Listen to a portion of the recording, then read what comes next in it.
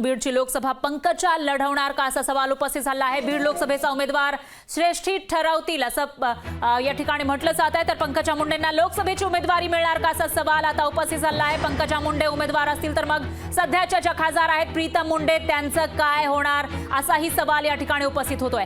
पंकजा मुंडे या बीडची लोकसभा निवडणूक लढणार असल्याची चर्चा सुरू आहे। यावरच पंकजा मुंडेंना प्रश्न विचारला असता बीडची लोकसभा नेमकं कोण लढवणार हे पक्षातले श्रेष्ठ लोक ठरवतील असं म्हणत पंकजा मुंडेंनी सावध पवित्रा घेतलेला आहे। आष्टीमध्ये पंकजा मुंडेंच्या उपस्थितीमध्ये कार्यकर्त्यांची संवाद बैठक झाली होती। या बैठकीनंतर पंकजा मुंडेंनी ही प्रतिक्रिया दिली आहे। लोकसभा निवडणुकीच्या अनुषंगाने सध्या बूथ रचना केली जाते आणि या कामाला कार्यकर्त्यांकडून चांगला प्रतिसाद मिळत असल्याचं पंकजा मुंडे म्हणाल्या।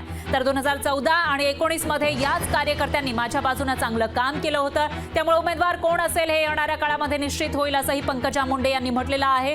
त्यामुळे आता पुढे नेमकं काय होणार, पंकजा मुंडेंना बीड लोकसभेची संधी मिळणार का, आणि तसं झालं तर त्यांच्या ज्या बहीण आहेत प्रीतम मुंडे ज्या खासदार आहेत तिथून त्यांचं काय होणार असाही सवाल आहे।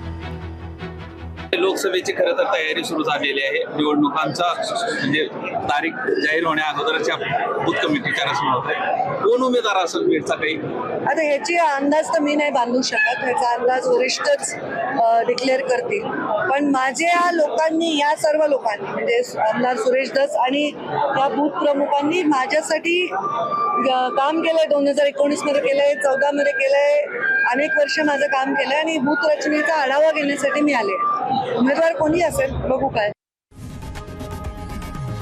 लोकशाही मराठी ऐका, पहा, जागरूक रहा।